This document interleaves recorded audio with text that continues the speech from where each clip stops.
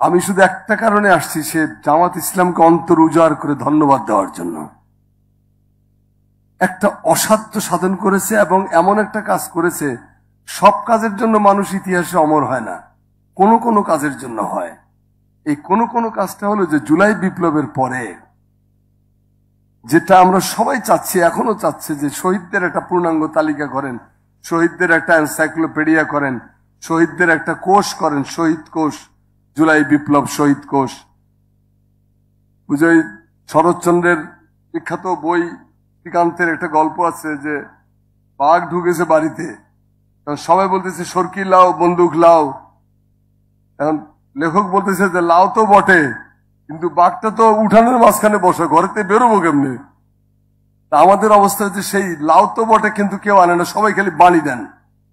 জামাতে ইসলামী এই কাজটা শেষ পর্যন্ত সাধন করে ছেড়েছে। আমার অন্তরস্থল থেকে, জাতির তরফ থেকে, সকল শহীদদের পক্ষ থেকে এই আন্দোলন বিপ্লবের একজন অংশগ্রহণকারী মানুষ হিসেবে সকল বিবেচনায় আমি তাদেরকে আমার অভিনন্দন, অভিবাদন জানাচ্ছি। ৭১ সালের মুক্তিযুদ্ধের আমাদের প্রধান ট্র্যাজেডি হলো যে সবকিছু হয়েছে, কয়েকটা জিনিস হয় নাই। কি হয় নাই? সবচেয়ে যেটা বড়, শেখ মুজিব তো বলেই খালাস ৩০ লক্ষ মারা গেছে। তো ঠিক আছে, আপনার কথাই ধরলাম ৩০ লক্ষই মারা গেছে, তো হিসাবটা দিতে হবে না? একটা তালিকা করতে হবে না? বা দেশ স্বাধীন হয়েছে আজকে ৫৩-৫৪ বছর, আজ পর্যন্ত স্বাধীন বাংলাদেশে শহীদদের কোন পূর্ণাঙ্গ তালিকা, পূর্ণাঙ্গ কেন, কোন তালিকাই নেই। এই লজ্জা, এই ঘৃণা কাকে জানাবো? এ দায়িত্ব তো সকলের, কেউ এই উদ্যোগটা নেননি। আসাদুল্লাহ সাহেব বলেছেন যে উদ্যোগ একবার নেওয়া হয়েছিল, আমার এটা সেল করে দেওয়া হলো, উনি তখন ডেপুটি সেক্রেটারি, বলে সেল করে দেওয়ার পরে আমি কাজ শুরু করলাম। জেলা প্রশাসক, এসডিও, সিও যারা যারা ছিল তাদের মাধ্যমে কালেকশন শুরু হলো। ২ মাস পরে আমাকে ডাকলো প্রধানমন্ত্রী শেখ মুজিবুর রহমান, বলে যে তুই কি কদ্দূর গেল? বলে যে কাজ তো প্রায় শেষ। বলে তালিকায় কত পাইছিস? আমি যেটা পাইছি সেটা তো বলতে ভয় লাগতেছে। মানে নির্ভয়ে বল, আমি তো পাইছি মাত্র ২২,০০০, এ তো পাইনি। তোমার তাহলে বাদ দে, এদের দরকার নেই আর। এই যে বাদ দেওয়া হলো, অর্থাৎ তার ৩০ লক্ষকে প্রতিষ্ঠিত করতে গিয়ে আমরা আমাদের মহান শহীদদের এত বড় আত্মত্যাগের কোন ইতিহাস পাইনি। পুরোটাই চাপা গল্প। স্বাধীনতা মুক্তিযুদ্ধের ইতিহাস নিয়ে, শহীদদের নিয়ে যে সমস্ত লেখা বাইরে পাওয়া যায়, বিভিন্ন জনে লিখেছেন, সেটা প্রত্যেকেই তো নিজেকে বীর হিসেবে জাহির করেছেন। মানে নিজেকে করিতে গৌরব দান, তারা প্রকারান্তরে নিজেকে শুধু করেছেন অপমান। এই অপমানের জ্বালা বাংলাদেশে ৫৩ বছর ধরে আমরা ভুগছি। মুক্তিযুদ্ধের শহীদদের প্রকৃত তালিকা আজ পর্যন্ত প্রণীত হয় নাই। ৫২ ভাষা আন্দোলন, বিশাল বিশাল কাণ্ড কারখানা হয়ে গেছে। ভাষা আন্দোলনকে বেস করে বাংলা একাডেমির মতো প্রতিষ্ঠান গড়ে উঠেছে, কিন্তু ভাষা আন্দোলনের প্রকৃত শহীদদের সংখ্যা বলতে পারবে না কেউ। সবাই বলা হয় যে রফিক, শফিক, বরকত, সালাম, জব্বার, তো তারপরে আর বলতে পারে না। এই যে তোতা পাখির মতো একই বাণী প্রতিদিন, প্রতি সময়, মুহূর্তে মুহূর্তে উচ্চারণ করা হয়, অথচ প্রকৃত শহীদদের তালিকা কেউ প্রণয়ন করলো না। এই দুঃখ কাকে জানাবো? এরকম একটা ভয় ৯০-র আন্দোলনও হয়েছে, ৯০-র শহীদদেরও কোনো তালিকা তুলিকা কিচ্ছু নাই কোথাও। ৭ই নভেম্বরে যারা রেভলিউশন করেছিলেন, যারা মারা গেছিলেন, কোনো তালিকা নাই। শহীদদের তালিকা একটা গুরুত্বপূর্ণ জিনিস। ভারতের রাজধানী দিল্লিতে স্বাধীনতা যুদ্ধে কত শহীদ হয়েছে তার প্রত্যেকটি নাম লেখা আছে। যারা টাওয়ার হ্যামলেটসে গেছেন, লন্ডনে টাওয়ার হ্যামলেটসে ইস্ট ইন্ডিয়া কোম্পানির কত লোক কত দেশে গিয়ে কিভাবে মারা গেছে তার সমস্ত তালিকা আছে টাওয়ার হ্যামলেটস মিউজিয়ামে। আমাদের নাই। আমরা অন্তর থেকে শহীদদেরকে ভালোবাসি না, আমরা ভালোবাসি চোয়াল থেকে, চাপা শিল্পের বিকাশ ঘটানোর জন্য। অন্তর থেকে ভালোবাসলে এত বড় অন্যায়, এত বড় ভুল আমরা করতাম না। যাই হোক, এইবারের আন্দোলনেও আজকে ৫-৬ মাস হয়ে গেছে, শুধু দেখেঙ্গা কারেঙ্গা এই চলতেছে, কাজটা কেউ করেনি। এই কাজটা একটা অসাধ্য সাধন করেছে জামাত ইসলামী বাংলাদেশ। আমি শত মুখে প্রশংসা করি যে তারা জাতিকে একটা দিশা দিয়েছে। এই শহীদগুলো অন্তপক্ষে কখনো হারিয়ে যাবে না। আমি যতটুকু শুনলাম আমার বুলুল ভাইয়ের কাছে, যে পর্যন্ত প্রায় 700-এর উপরে শহীদ পূর্ণাঙ্গ তালিকা একসাথে, কিভাবে তারা শহীদ হয়েছে, তাদের পরিচয় কি, তাদের আইডেন্টিটির সাথে ইত্যাদি ইত্যাদি ঘটনাটা কি, এইরকম ভাবে 713 জনের মতো বললেন। 713 জন, চারটিখানি কথা না, এবং এটা চলমান প্রক্রিয়া, আরো আসবে। এই পর্যন্ত 10 খণ্ড বেরিয়েছে। কত পৃষ্ঠা? 2500 পৃষ্ঠার 10 খণ্ড বেরিয়েছে। আমার ধারণা এটা আরো 10 খণ্ড হবে। এই যে কাজটা কারো কাছে তারা জানতেও দেয়নি, নীরবে নিঃশব্দে এভাবেই দেশপ্রেমিকরা, দায়িত্বশীল মানুষরা সবসময় জাতির জন্য প্রাণ উৎসর্গ করে, জাতির জন্য কাজটা করে যায়। তো আজকে আমি আর কথা বাড়াচ্ছি না, আমি শুধু বলবো যে একজন গবেষক হিসেবে, একজন সাংবাদিক হিসেবে আমি মনে করি জামাত ইসলামী আজকে যেটা করলো সেটা হলো একটা পায়োনিয়ারের ভূমিকা পালন করেছে, পথপ্রদর্শক, রাহবার। এই পথকে কেন্দ্র করে এখন আমরা আরো পূর্ণাঙ্গতার দিকে এগিয়ে যাব। আল্লাহ আমাদের সকলের সহায় হন। আজকে এখানে আসার পরে শহীদ পরিবারের সদস্যদের কথা শুনছিলাম, শহীদদের পিতাদের কথা শুনছিলাম, সেই সাথে আন্দোলনের সেই সময়ের কথাগুলো আমার স্মরণ হচ্ছিল। আমরা যখন আন্দোলন ধাপে ধাপে সামনের দিকে অগ্রসর হচ্ছিল, একে একে শহীদদের সংবাদ প্রতিদিন আমাদেরকে সে সময় আমরা পাচ্ছিলাম। আহতদের সারিগুলো অনেক লম্বা হচ্ছিল। আমরা এখানে আমাদের সাদেক কায়েম রয়েছেন, যে আন্দোলনের অন্যতম ভূমিকা পালনকারী, আমার সহযোগী। সে সময় আমরা যখন বসতাম, আমরা ভাবতাম এভাবে শহীদদের সারিগুলো আর কত লম্বা হবে, আমরা এই আন্দোলনকে আর কতদিন চালিয়ে নিতে পারবো, কতটুকুই বা আমাদের সামর্থ্য আছে। তখন একবার মনে হতো যে আন্দোলন থেকে আমরা পিছিয়ে যাই। যখনই পিছানোর প্রশ্ন আমাদের সামনে আসতো, শহীদদের চেহারাগুলো আমাদের সামনে ফুটে উঠতো। শহীদরা আমাদের দিকে তাকিয়ে তাকিয়ে বলতো যে যদি এই আন্দোলন থেকে পিছিয়ে যাওয়া হয়, তাহলে কোন শহীদ পরিবারকে খুনি হাসিনা, ফ্যাসিস্ট হাসিনা ভালো থাকতে দিবে না কোনোদিন। সে সময় আহতদের সে সারিগুলো আমাদের সামনে এসে বলতো, এই আহত পঙ্গুত্ব অবস্থায় সারা জীবন তাদেরকে ভিকটিম হয়ে সমাজে থাকতে হবে। তখন আমরা আল্লাহর উপর ভরসা করতাম। আল্লাহর উপর ভরসা করে আমরা বদর যুদ্ধের আল্লাহ রাসূলুল্লাহ সাল্লাল্লাহু আলাইহি ওয়াসাল্লামের সেই দিনগুলোকে স্মরণ করতাম। বদর যুদ্ধে উপনীত হয়ে রাসূলুল্লাহ সাল্লাল্লাহু আলাইহি ওয়াসাল্লাম আল্লাহর কাছে দোয়া করছিলেন যে আল্লাহ, আজকে যদি এই ছোট্ট বাহিনীটি পরাজিত হয়ে যায়, আজকে যদি কাফেররা বিজয় হয়ে যায়, তাহলে তোমার দিনকে প্রচার করার জন্য, তোমার দিনকে প্রতিষ্ঠা করার জন্য, তোমার সত্যকে, ন্যায়কে প্রতিষ্ঠা করার জন্য কোনো মানুষ তো অবশিষ্ট থাকবে না। আমরা ঠিক সেই দিনগুলোকে স্মরণ করে আবার সামনের দিকে এগিয়ে যেতাম। এবং আমাদের অনেক ভাইয়েরা ছিল সারাদিন কিছু খায় নাই, রাত 12টা বাজে যখন জিজ্ঞেস করতাম যে ভাই আজকে কি কিছু খেয়েছেন, তিনি যে খায়নি সে খাওয়ার কথাটাই তিনি ভুলে যেতেন। রাত 3টা বাজে ওনাকে মেসেজ করতেন, ভাই এখন আমাদের এইটা করণীয়, আমাদেরকে এই কাজটা করা দরকার। বলতাম ভাই আপনি কি ঘুমাবেন না? বলতে ভাই ঘুম তো আসে না, কোনোভাবে ঘুমের কথা চিন্তা মাথায় আসতে পারে না।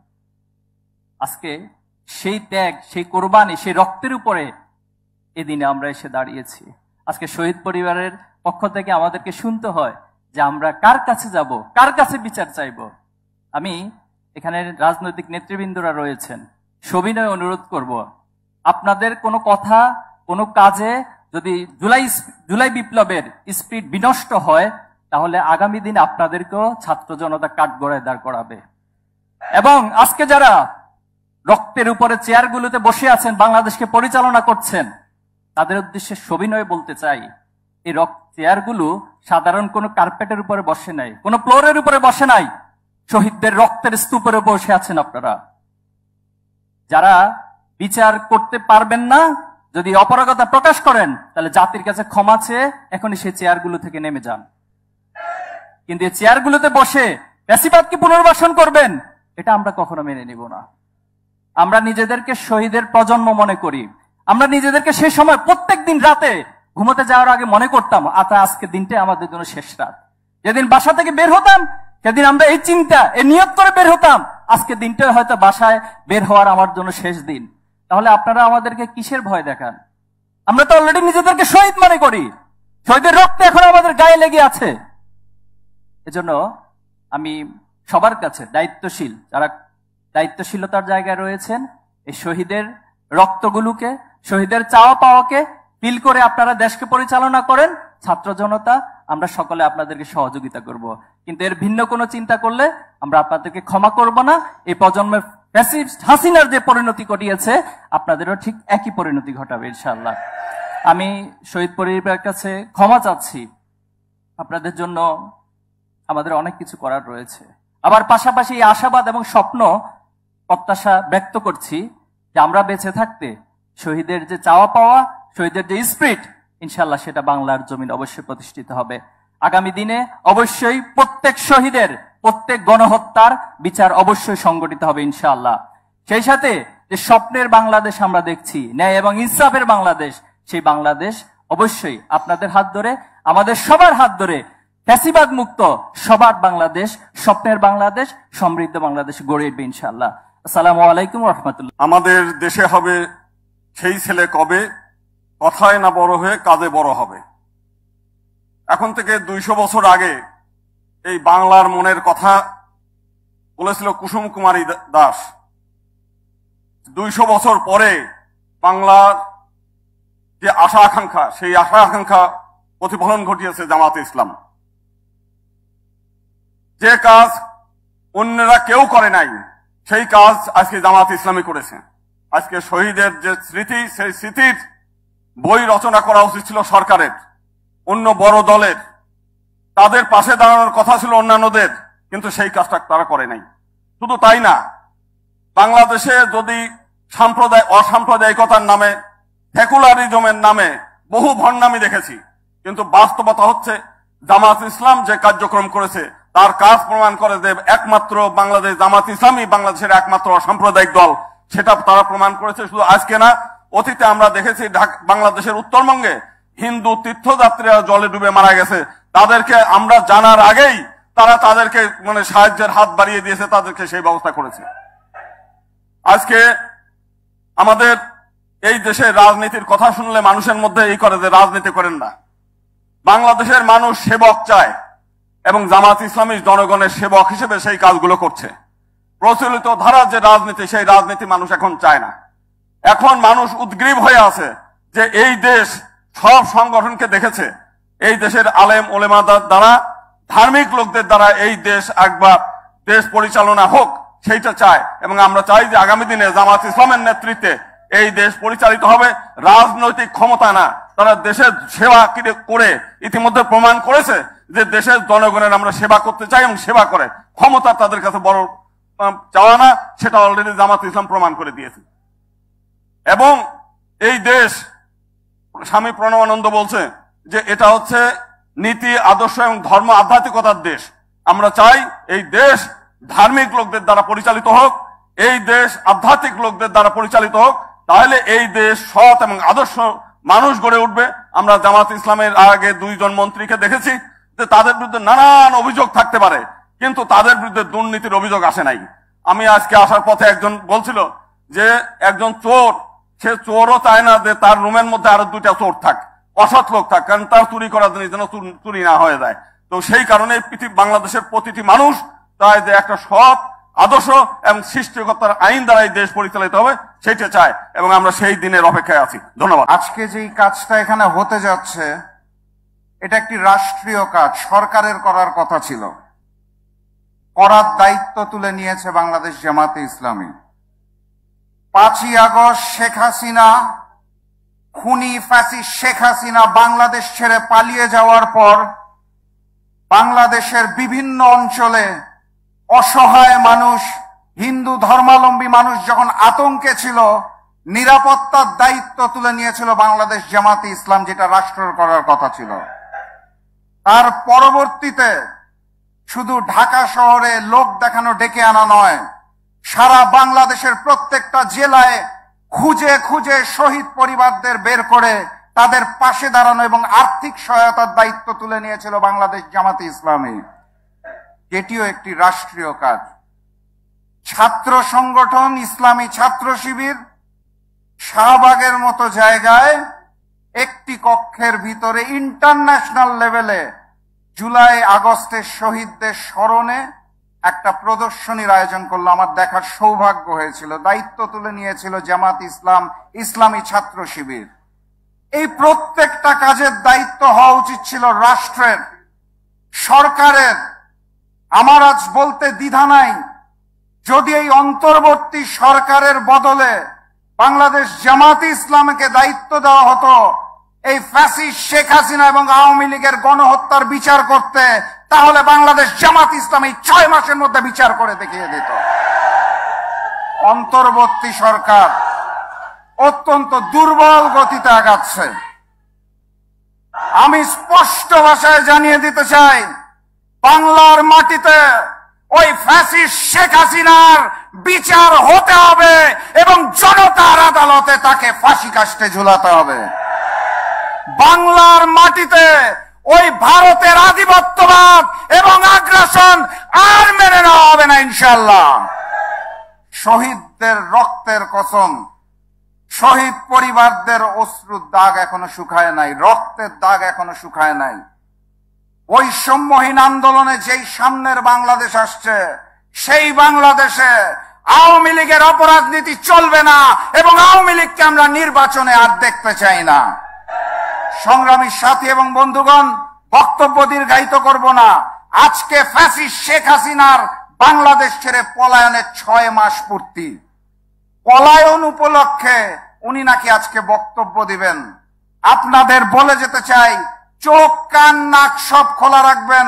ভারতের ষড়যন্ত্র, আওয়ামী লীগের ষড়যন্ত্র সকলে মিলে ওই ইস্পাত কঠিন ঐক্য করে একসাথে প্রতিহত করব ইনশাআল্লাহ।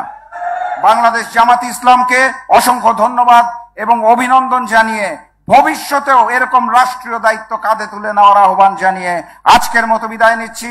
বিজয়ের পথে যাত্রা শুরু, জীবন অথবা মৃত্যু। আসসালামু আলাইকুম। বাংলাদেশ জামাত ইসলামী কর্তৃক আয়োজিত 24-এর ছাত্র জনতার অভ্যুত্থানের শহীদদেরকে নিয়ে শহীদ স্মারক উন্মোচন অনুষ্ঠান উপস্থিত, আমন্ত্রিত অতিথিবৃন্দ উপস্থিত, 24-এর ছাত্র জনতার অভ্যুত্থানের শহীদ পরিবারের সদস্যবৃন্দ এবং অন্যান্য উপস্থিতি, আসসালামু আলাইকুম ওয়া রাহমাতুল্লাহ।